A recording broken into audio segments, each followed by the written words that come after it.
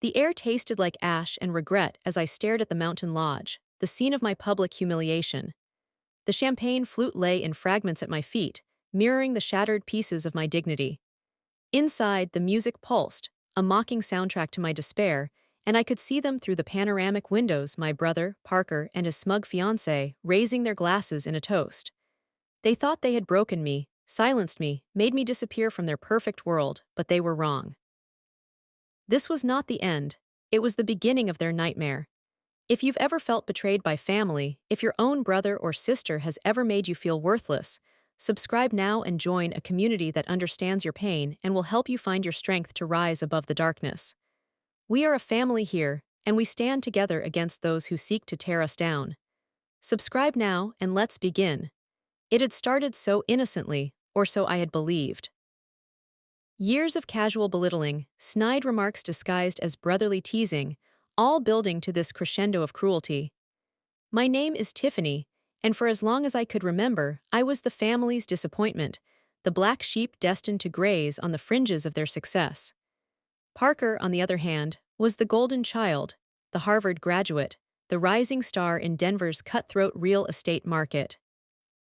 My parents, blinded by his achievements, reinforced this narrative, their praise for Parker always laced with subtle digs at my lack of ambition or my unconventional choices. I'd tried to ignore it, to carve my own path as a freelance photographer, capturing the raw beauty of the Colorado landscape. But their judgment always lingered, a shadow that darkened even my brightest moments. The engagement party was supposed to be a turning point, a chance to finally bridge the gap between us. Parker was marrying into one of Denver's wealthiest families, and the celebration was a lavish affair, held at a sprawling mountain lodge overlooking the city. He had personally invited me, even insisted that I be there, and for a fleeting moment, I allowed myself to believe that he genuinely wanted me to be a part of his happiness. I dressed carefully, choosing a simple but elegant dress, hopping to blend in, to avoid drawing any unwanted attention. But Parker had other plans. As I navigated the crowded room, searching for a familiar face, he intercepted me, a mischievous glint in his eyes. "Tiffany," he said, his voice dripping with false warmth, "so glad you could make it. There's someone I want you to meet." He steered me towards a man in an impeccably tailored suit, his face etched with arrogance. "Mr. Sterling, this is my sister, Tiffany, you know, the family's failure." The words hung in the air, sharp and cruel, and the man chuckled, a low, dismissive sound that sent a shiver down my spine. I wanted to disappear, to melt into the opulent surroundings, but I was frozen, trapped in the spotlight of their ridicule. The man, Sterling, barely glanced at me, his attention already drifting back to Parker. They exchanged a few words, discussing some lucrative deal, their voices laced with condescension. I stood there, invisible, my heart pounding in my chest. The room seemed to tilt, the music blurring into a cacophony of sound. I wanted to scream, to lash out, to shatter their perfect facade, but I remained silent, swallowing the bitter pill of their contempt. Years of suppressed anger simmered beneath the surface, threatening to boil over, but I forced myself to remain calm, to maintain a semblance of composure. This was not the time. Revenge was a dish best served cold, and I had a feeling a storm was brewing. I excused myself, feigning a headache, and retreated to the relative solitude of the balcony. The crisp mountain air offered little solace, and the panoramic view of the city felt like a cruel reminder of my own insignificance. That's when I heard them, their voices carrying through the open window. Parker was bragging about his latest conquest, his voice laced with arrogance. "Tiffany, she's nothing, a waste of space. I only invited her out of obligation. Besides, it's always good to have a reminder of how far I've come." Sterling laughed, a deep, guttural sound that echoed in my ears. "You're a lucky man, Parker, you've got it all." The person I trusted most was one of them. The words hung in the air, each syllable a hammer blow against my already fractured self-esteem. I wanted to run, to disappear into the anonymity of the night, but my feet were rooted to the spot, paralyzed by a toxic blend of humiliation and rage. How could my own brother, the person who was supposed to be my protector, my confidant, speak about me with such utter contempt? The champagne flute slipped from my trembling fingers, shattering on the stone balcony, the sound echoing the destruction of my illusions. I turned and fled, pushing my way through the throng of revelers, their laughter and chatter grating on my raw nerves. I didn't stop running until I reached my car, my breath coming in ragged gasps, tears streaming down my face. As I drove away from the lodge, the city lights blurring into a kaleidoscope of color, I knew that I couldn't let this go.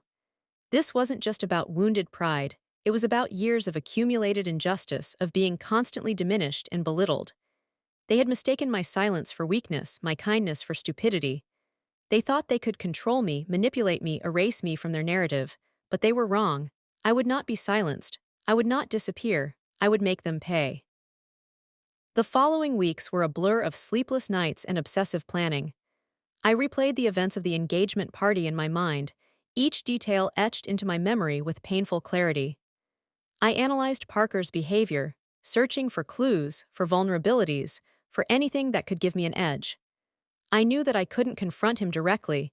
He was too skilled at manipulation, too adept at twisting the narrative to his advantage.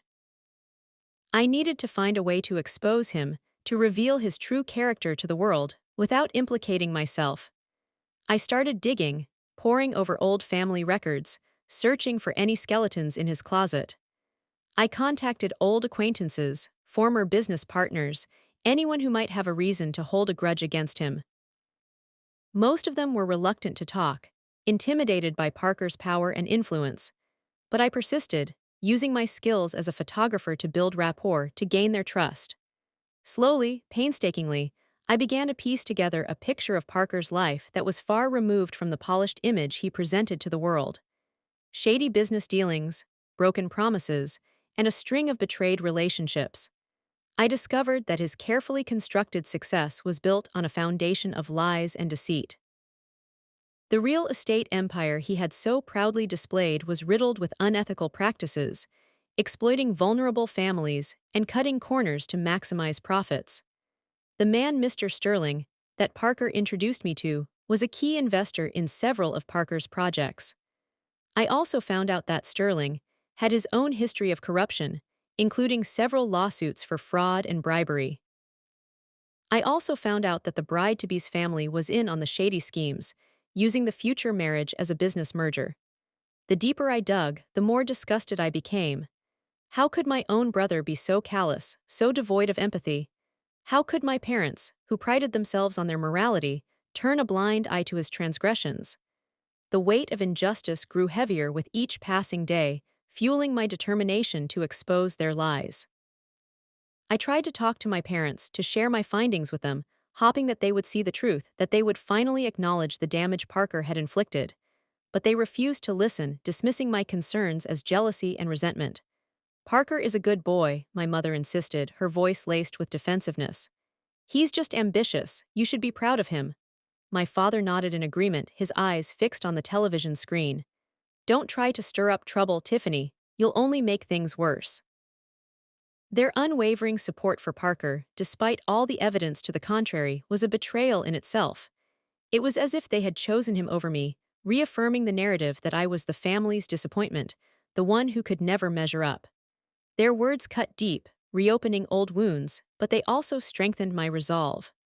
I realized that I couldn't rely on them to do the right thing. I had to take matters into my own hands. I began to document everything, meticulously gathering evidence of Parker's misdeeds. I recorded phone calls, photographed documents, and collected testimonies from his victims. I knew that I was playing a dangerous game, that Parker would stop at nothing to protect his reputation, but I was no longer afraid. The fear had been replaced by a cold, unwavering determination. They had pushed me too far, underestimated me for too long. Now, it was their turn to face the consequences. Sleepless nights were spent hunched over my computer, piecing together the puzzle, connecting the dots, and crafting a plan that would bring their empire crashing down. My apartment, once a sanctuary of creativity, transformed into a war room filled with maps, documents, and photographs. The air crackled with tension, the silence broken only by the rhythmic tapping of my fingers on the keyboard. I was a woman possessed, driven by a single, all-consuming goal: revenge. The faces of those Parker had wronged haunted my dreams, their silent pleas fueling my determination. I would be their voice, their champion, the instrument of their retribution. The clock was ticking and the storm was gathering. I could feel it in my bones.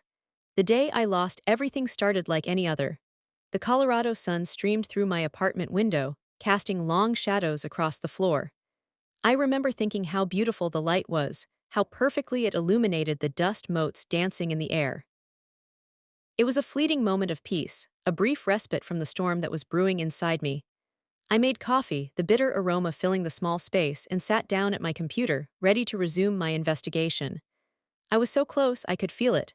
Just one more piece of the puzzle, one more connection to make, and I would have everything I needed to expose Parker's lies. But then the phone rang. It was my mother, her voice tight with panic. "Tiffany, you need to come home. Now it's Parker."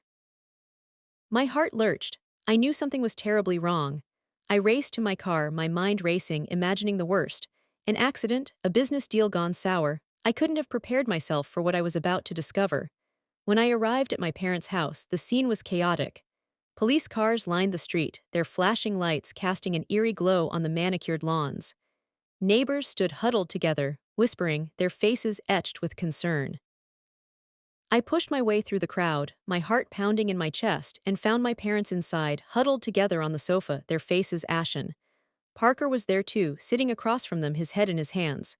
He looked broken, defeated, a stark contrast to the confident, arrogant man I knew.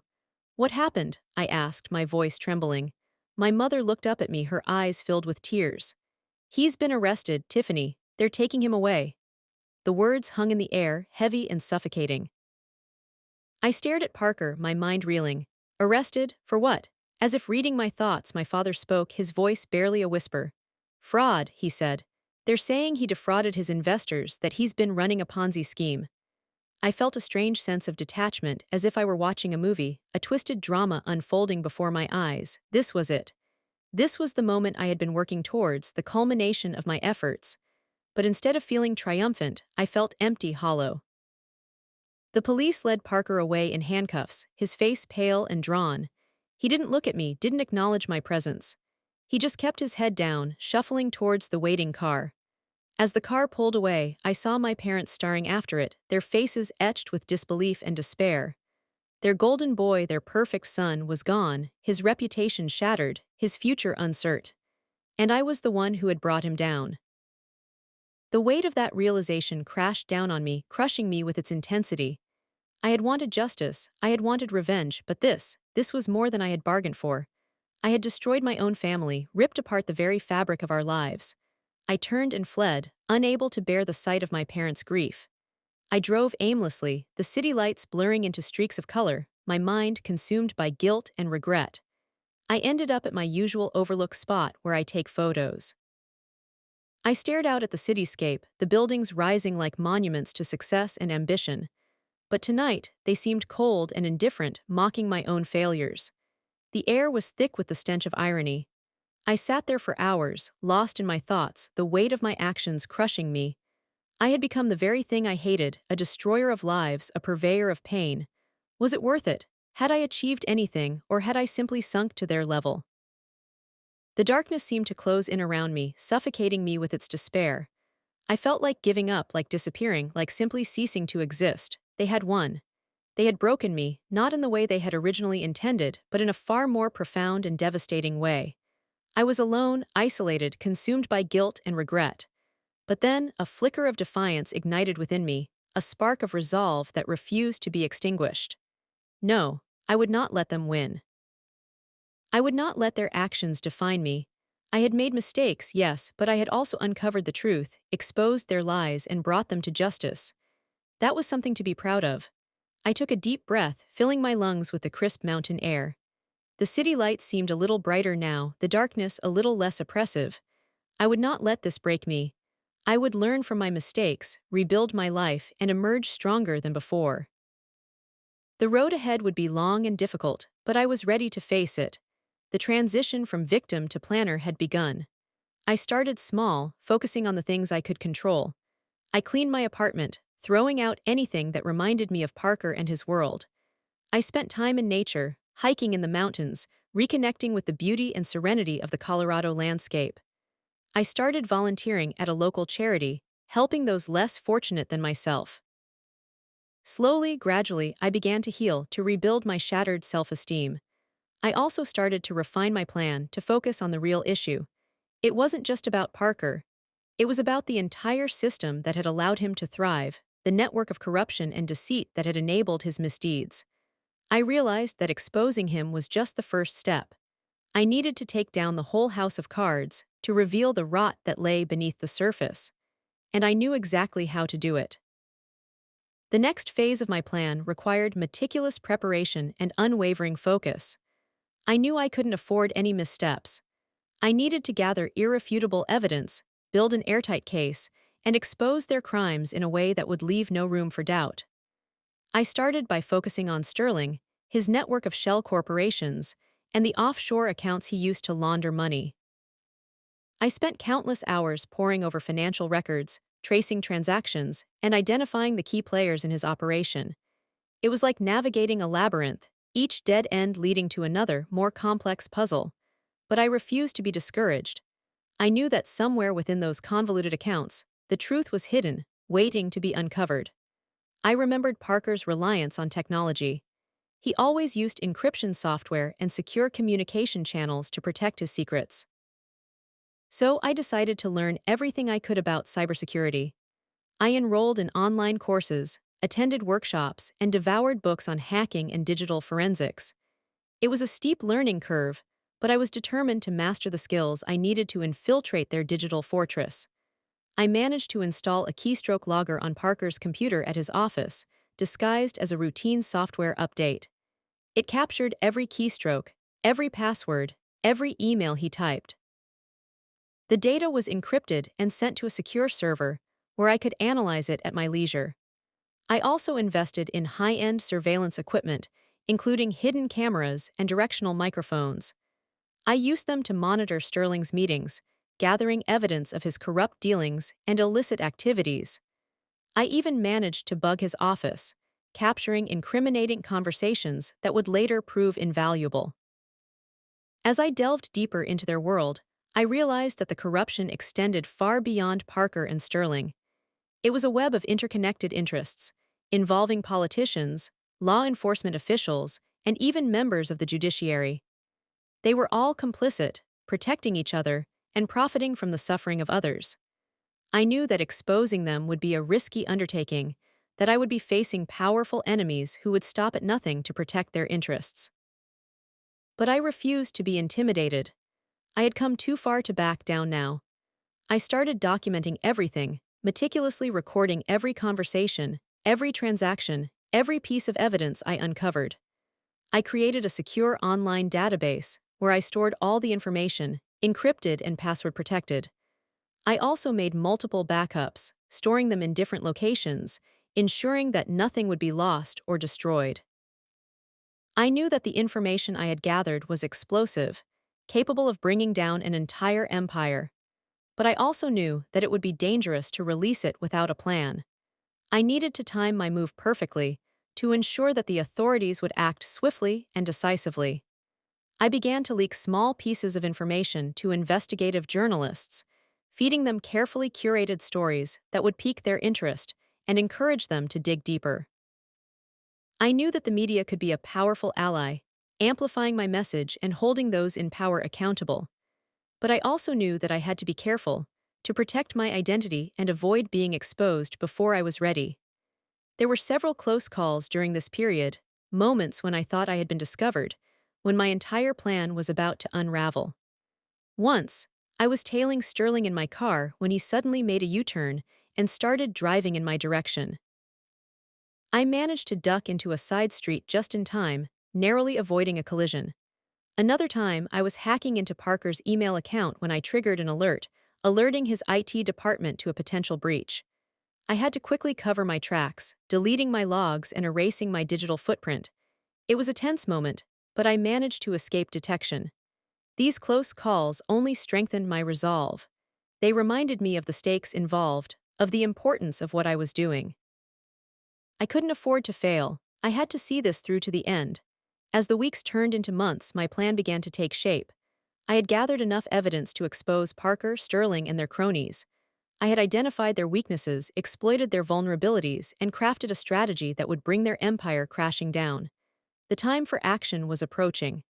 I could feel it in my bones. I started preparing for the final strike, assembling my team, and putting the final pieces of the puzzle in place. I knew that once I set the plan in motion, there would be no turning back. I was ready. The anticipation was almost unbearable. My biggest advantage was their arrogance. They truly believed they were untouchable. They underestimated me every step of the way, blinded by their own self-importance. This was their fatal flaw, the chink in their armor that I would exploit to the fullest. They thought I was just a naive photographer, a harmless bystander. They had no idea of the storm I was about to unleash. I even started to act dumber. I started acting like the same old Tiffany. I attended family dinners, laughed at their jokes, and even asked Parker for career advice. I started working on a photography project, something completely innocuous, a series of landscape photos of the Colorado mountains. It was the perfect cover, allowing me to travel freely and take pictures without raising suspicion. But while I was taking pictures of mountains, I was also collecting evidence, documenting their crimes, and plotting their downfall. I smiled. I played their game, but I was recording everything. The feeling of anticipation was electric. The knowledge that their carefully constructed world was about to crumble filled me with a sense of power I had never experienced before. I was no longer the victim. I was the architect of their destruction. And I couldn't wait to see their faces when the truth was finally revealed. The clock was ticking. The stage was set. The final act was about to begin. The breakthrough came unexpectedly, hidden in plain sight within Parker's seemingly innocuous travel itineraries. I had been reviewing his expenses, searching for any discrepancies that might link him to Sterling's offshore accounts, when I noticed a recurring pattern of trips to the Cayman Islands. Initially, I dismissed them as routine business excursions, but something about the timing felt off. Each trip coincided with a significant transfer of funds into one of Sterling's shell corporations. Digging deeper, I discovered that Parker wasn't just visiting the Cayman Islands. He was meeting with a shadowy figure known only as the Collector. This individual was rumored to be a financial wizard, a master of disguise, and a key player in Sterling's laundering operation. I needed to know more. I managed to obtain a high-resolution satellite image of the resort where Parker had been staying. Enhancing the image, I zoomed in on a secluded beach where Parker and the Collector were captured in discussion. The angle was poor, but clear enough to discern a small, metallic object changing hands, a data storage device. This was it, the key, the evidence I needed to unlock the entire conspiracy. It wasn't the money, it was the information. The trap had to be perfect, untraceable, irreversible. I crafted an anonymous email, disguised as an internal communication from Sterling's office, alerting Parker to a supposed security breach in their encrypted server. The email instructed him to immediately transfer the data from the Cayman Islands device to a new, highly secure server I had created. Of course, this server was nothing more than a honeypot, a digital trap designed to capture every bit of data he uploaded. I even included a fake vulnerability report, subtly implying that the Collector might be compromised and that their sensitive information was at risk. The bait was set. Now all I had to do was wait. The tension was excruciating. Each notification on my phone sent my heart rate skyrocketing. Every shadow seemed to hold a threat. I barely slept, my mind racing with possibilities, both good and catastrophically bad. I checked the honeypot server constantly, refreshing the page, willing the data to appear. Hours turned into an agonizing eternity. Doubts gnawed at me. Had he seen through my deception? Had Sterling warned him? Was I about to lose everything? Then, finally, it happened. The server registered a connection. Data began to stream in, slowly at first, then with increasing speed. I watched in disbelief as the files uploaded, revealing the full extent of their crimes. Names, dates, amounts, everything meticulously documented in a series of spreadsheets and encrypted documents. The data was a ticking time bomb, powerful enough to dismantle their entire operation. The feeling of triumph was intoxicating. I meticulously downloaded everything, creating multiple backups and storing them in secure locations. I then activated the kill switch on the honeypot server, erasing all traces of my involvement. I had the evidence. I had the means. Now, all that remained was to expose them. I decided to leak the data to a team of investigative journalists I had been cultivating for months. I knew they would treat the information with the seriousness it deserved, and they had the resources to verify its authenticity and disseminate it to a wide audience. I packaged the data into a series of encrypted files, each containing a different piece of the puzzle. I then sent anonymous emails to each journalist, providing them with the passwords and instructions on how to decrypt the files. I made it clear that their lives could be at risk, that they were dealing with dangerous individuals who would stop at nothing to protect their secrets. But I also emphasized the importance of their work, the need to expose the truth and bring these criminals to justice. The journalists took the bait, and they started digging. I knew that it was only a matter of time before the story broke. To add another layer of chaos, I leaked some minor information about the story to the SEC, making sure to do it anonymously through an untraceable email. I knew this would cause a panic, making them react in a way that I could further take advantage of. I watched the news, and sure enough, there was a flurry of activity around Parker, Sterling, and some of the other players I had identified. The SEC was asking questions, and investigators were starting to snoop around. I knew that my plan was working. I could feel it in my gut. I started to plan my final move, trying to find the perfect timing for the final blow. It had to be at the exact right moment, or the whole plan would be ruined. Suddenly, my phone rang. It was an unknown number. I hesitated but answered it anyway. The voice on the other end was cold and mechanical. "You should have stayed quiet. Now you will disappear." The line went dead. My blood ran cold. They knew. They were coming. This was it. The final act was about to begin, and I had no idea if I was ready. The threat solidified my resolve. Fear turned to ice. I knew they were coming, but they didn't know I was ready for them. I triggered the final phase of my plan, a series of automated releases I had scheduled weeks in advance. First, the full data dump to the journalists, including Sterling's offshore accounts, Parker's communications, and the damning satellite images. Then, a similar package to the SEC, IRS, and FBI, ensuring that every relevant authority had the evidence they needed to act swiftly. Finally, I uploaded a heavily edited video to YouTube, a concise and devastating summary of their crimes, narrated with a synthesized voice and featuring redacted versions of the most incriminating documents. The video went live with a single, defiant title: "Justice is Coming." I knew that once the video hit the internet, there would be no turning back. It was a digital wildfire, spreading rapidly across social media, news sites, and online forums. The truth was out, and there was nothing they could do to stop it. The news broke while I was packing a bag, preparing to disappear. The headline flashed across my phone screen: "Local businessman and prominent lawyer exposed in massive corruption scandal." The story detailed Sterling's illegal activities, Parker's involvement, and the network of corrupt officials who had enabled their crimes. The video I had uploaded was embedded in the article, providing irrefutable proof of their guilt. Within minutes, my phone was blowing up with notifications. The video had gone viral, racking up millions of views in a matter of hours. The comments section was a frenzy of outrage, disbelief, and demands for justice. I watched the chaos unfold from a safe distance, holed up in a remote cabin in the mountains, far from the reach of Sterling and his cronies. I monitored the news, tracked the online chatter, and waited for the inevitable fallout. It didn't take long. The SEC immediately launched an investigation, freezing Sterling's assets and launching legal proceedings. The FBI raided Parker's office, seizing computers, documents, and other evidence. Several politicians and law enforcement officials were placed on administrative leave, pending further investigation. The House of Cards was collapsing, and the stench of corruption was overwhelming. The most satisfying moment came when I saw Parker's face on television. He was being escorted out of his office in handcuffs, his expression a mask of shock, disbelief, and utter humiliation. His eyes darted around, searching for anyone who could help him, but there was no one. He was alone, exposed, and utterly defeated. Sterling, predictably, tried to flee the country, but he was apprehended at the airport, attempting to board a private jet with a suitcase full of cash.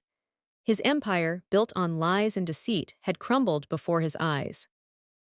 The speed and scale of the takedown were breathtaking. They had underestimated me at every turn, blinded by their arrogance and their belief in their own invincibility. They thought they could silence me, intimidate me, and get away with their crimes. They were wrong. The aftermath was a whirlwind of legal battles, media frenzy, and public outcry. Sterling and Parker were both charged with multiple counts of fraud, money laundering, and conspiracy.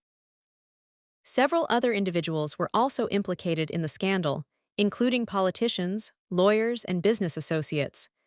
The investigations dragged on for months, uncovering a tangled web of corruption and deceit. Eventually, Sterling was convicted and sentenced to a lengthy prison term. Parker, facing overwhelming evidence, pleaded guilty and agreed to cooperate with the authorities in exchange for a reduced sentence.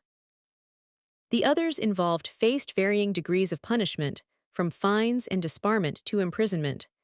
The entire system had been shaken to its core, and the message was clear: no one is above the law.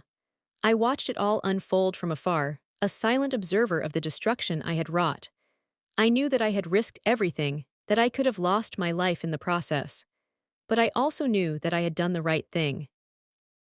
I had exposed the truth, brought the criminals to justice, and restored some semblance of balance to a world that had become increasingly corrupt and unjust. The faces of Parker and Sterling, etched with the agony of their downfall, were permanently seared into my memory. Their arrogance had been their undoing, and their downfall was my victory. The knowledge of their ruin washed over me, a strange mixture of satisfaction and emptiness. It wasn't the euphoric rush I had imagined. Instead, it was a quiet sense of closure. They had lost everything: their freedom, their wealth, their reputations. I had taken it all away, piece by piece, and watched their world crumble around them. The phone rang. It was the lead investigator in the case, thanking me for my help. He informed me that because of my evidence, they were able to uncover a large-scale criminal operation. He stated they were eternally grateful. I simply replied, justice was served. He told me it was safe to come home. I looked out at the snow-covered mountains, a sense of peace washing over me. It was over. They lost everything. I just smiled. Revenge isn't sweet. It's necessary. It's a reckoning, a way to restore balance when the scales of justice have been tipped too far. It's a reminder that actions have consequences and that no one is immune to the consequences of their choices. It's not about seeking pleasure in the suffering of others. It's about holding them accountable for their actions and ensuring that they never have the opportunity to hurt anyone again. It's about reclaiming your power and refusing to be a victim any longer. Would you have done the same? Let me know in the comments. Subscribe for more justice.